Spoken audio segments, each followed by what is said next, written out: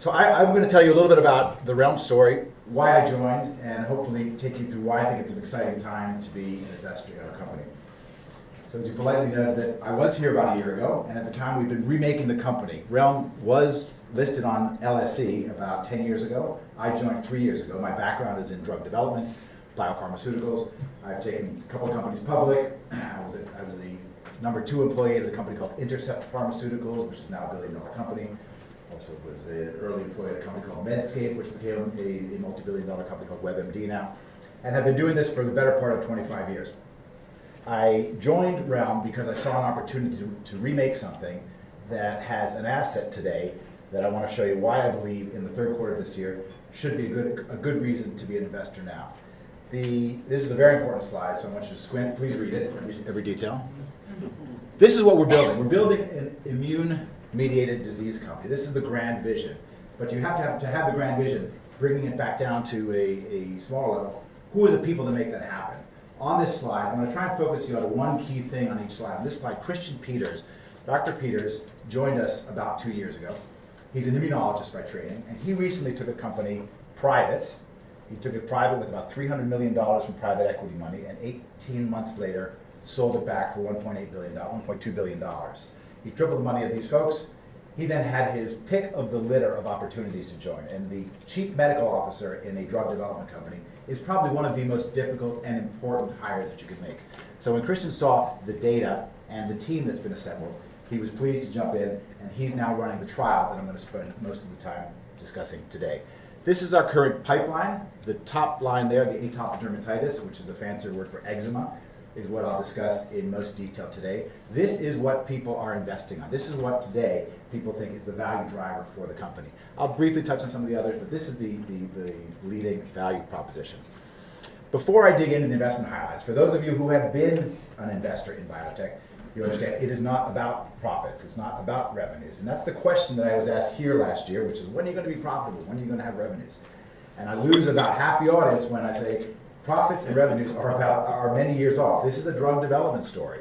And it's a story about comparables, it's a story about other companies in this space and what their values are and whether people perceive there to be a realistic potential for M&A activity. And I'll talk a little bit about 3 companies that went public very recently. They happen to be on the other side of the Atlantic, but 3 companies that are similar to ours. One is called Sienna, one is called Menlo, and one is called Sologene. All 3 are dermatology companies without any revenues, without profits obviously. And one of them is worth $200 million, one is worth $400 million, and one is worth $800 million. So there is a disequilibrium in terms of what people or specialist healthcare investors pay for in the US who bet on these companies, and they bet that they're ultimately either going to become big disease immune-mediated companies or they're going to be taken out. So our investment highlight, or the reason that we were able to attract some of the smarter healthcare specialist funds, and I'll talk about those towards the end of this, was because of our phase 2 atopic dermatitis trial, which is coming out in phase 3. I won't get into some of the specifics unless you want to corner me afterwards. I'm happy to tell you what an IL-4, IL-13 inhibitor is, why we think that's important. But suffice to say, there will be a value inflection in Q3 of this year. 30 seconds on the technology itself. It's fairly straightforward. We sell a high concentration, stabilized of hypochlorous acid. It took me a few months to be able to say the words hypochlorous acid. You say it 3 times. Hypochlorous acid. It's what your body makes to fight infection. Essentially, it has been around since we have been around. People know it as an antimicrobial. What people didn't know is that at high concentrations, it also has anti-inflammatory effects. So while you can get wound care, you can kill germs with a lower concentration. At the higher concentrations where we have been able to stabilize hypochlorous acid, we found it to have great anti-inflammatory activity. The reason that's important is because we've been able to patent that. So we have granted patents that take us through 2032, which is a long time, even in drug development land. We have composition of matter that's around the formulation, we have it on the method of use, and also around the way that we manufacture the product. So diving right into PRO22, the name of our product for atopic dermatitis. Little background on the field. Atopic dermatitis has been a relatively sleepy area. The red slice here that you're looking at is what analysts project the growth of atopic dermatitis to be. You'll notice that on the left side of your screen, there was no red slice. It's because the market is relatively generic. So up until last year, there had been nothing new in atopic dermatitis. And then all of a sudden, I say all of a sudden, over the past 5 years, there have been companies like ours developing products for atopic dermatitis, so much so now that analysts project it's going to literally double the size of the market from $12 billion to $24 billion.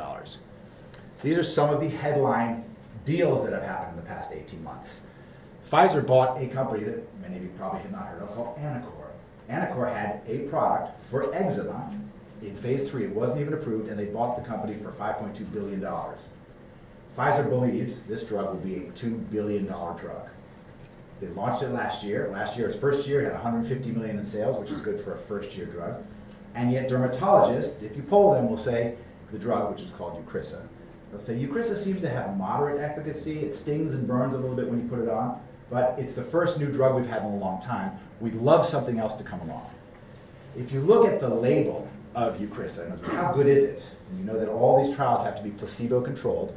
The placebo arm did pretty well, and Eucrisa did about 10% above what placebo did. So not that great. And this is what doctors are seeing now. So they're still interested in another product, and yet Pfizer believes that the Anacor product is going to be a $2 billion drug. Secondarily, Novartis. Novartis bought a small private company that had an oral pill in phase 2, which is the middle phase, which is where we're in. And they bought this pill, which has a potential to help the itch associated with eczema. A lot of times when people get eczema, they also itch. So this pill, or this company that had this pill, was bought for $1 billion worth of what's called biobucks. I mean, that's the top line deal. But it had a $400 million price tag for an initial upfront. So still significant amount of money paid for a product in phase 2. A few other deals there that I want to point out would be Allergan's purchase of Vitae. Vitae is about 2 miles up the road from us. Another product in phase 2. They had a cream for eczema in phase 2, and Allergan came in and paid $639 million for the product. So there's a lot of interest. That product subsequently has failed, so Allergan is looking for other products. But point is, there's a lot of opportunity in this space, hence that red triangle you saw on the previous chart growing, and the reason to believe it's an interesting space. This is just a quick slide about atopic dermatitis. It is eczema. It's more than just sort of a dry, itchy skin. For people who have it, particularly younger children, it can be very debilitating. And we think there's a nice opportunity to bring a product to patients. And the fact that big drug companies are buying products like this is obviously an attractive investment opportunity. I'll show you a little bit of data, some data on preclinical and some data in man. On the preclinical front, this is the standard model that's used. What I mean by that is you take a house dust mite, you put it in a paste, you irritate the skin of the mouse, and while you're doing that, you see if you can prevent lesions from forming. And fortunately, the bottom line shows that we were able to prevent lesions from forming, and the top line shows that the lesions continue to form if you don't use a product. Prevention is a difficult market. What you want to show is treatment. Once something has started to get bad, how can you improve upon it? And this shows the treatment. So the top blue line, again, is the same model. You irritate the skin of the animal. You then watch as the animal gets worse. That's the blue line on the top. And then the two bottom lines, this time we compared it to a steroid, which is the standard treatment. And most children, pediatricians and parents, don't want their children on steroids long term. We showed that by the end of treatment, we had comparable efficacy to betamethasone. We repeated this again with another product called tofacitinib, which is a big product in the pipelines, and have comparable efficacy. We then look at the cells. Why do we think this is happening? Without getting too scientific, we reduce certain cytokines in the blood that are also associated with inflammation. This is really fortunate that we reduce IL-4 and IL-13 because Sanofi, big pharmaceutical company, is out pounding the pavement, putting ads in journals and articles about IL-4, IL-13. And they have just launched a product, which is an injectable product for eczema. So think about it, an injectable, and the price tag is $37,000. So Sanofi has just launched a $37,000 injectable because it's an injectable IL-4, IL-13 inhibitor. Guess what? We are a topical IL-4, IL-13 inhibitor. So in summary, the preclinical data shows we have a preventive effect, we have a treatment effect, we have the same mechanism of action as the big gorilla in the mist, Sanofi with their injectable, and we're obviously going to be priced more competitively than that. So there's good reason to believe at the preclinical level. The preclinical level doesn't always translate into the clinic. We're fortunate that we do have a predecessor product. We have a product with hypochlorous acid, albeit a slightly lower concentration, that has been approved by the FDA, and we were able to run it in a trial. I say we had an investigator, a physician, who's on the board of the American Academy of Dermatology, and he ran a trial in 30 patients looking at itch. Not necessarily just the treatment, but just the itch. And in itch alone, a significant reduction, up to 74%. And you saw this reduction at day 1, he saw some at day 3. So it's very exciting that we have a glimpse of what could be in humans, matched up by some scientific rationale in animals. Study conclusions that it does seem to work. I don't want to oversell this because it wasn't placebo-controlled, and that's why we're running a placebo-controlled trial right now.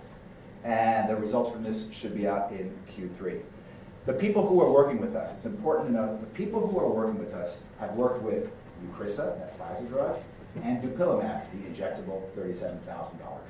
So these 4 folks in the US have all worked with those products.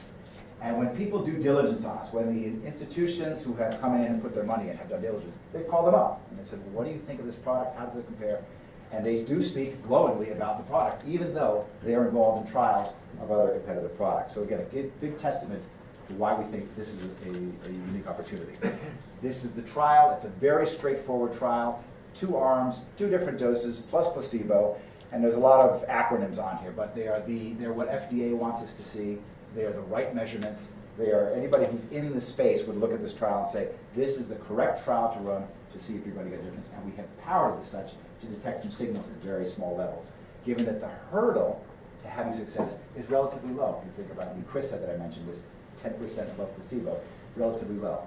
A reason to believe that we could have a better effect than Eucrisa. Eucrisa is a cream. It's a sticky ointment. It's these white creams. And if you think about having to put some stuff on, where you have to sort of bathe yourself around and dry, wait to put on a shirt or something, ours is a water-based gel. It's not alcohol, it's a water-based gel, fast to dry, and patients do find this more pleasing than ointments and creams. Of note, placebo effects with creams tend to be higher than placebo effects with gels. Hence, opportunity here that we believe could bode well for us in Q3. I'll spend a couple minutes talking on acne. Acne is an opportunity where people are still unhappy with the treatment. There are some retinoids, which are fairly severe. There's tetracycline, which is contraindicated in people under 18. And so there's an unmet need here for the moderate to severe.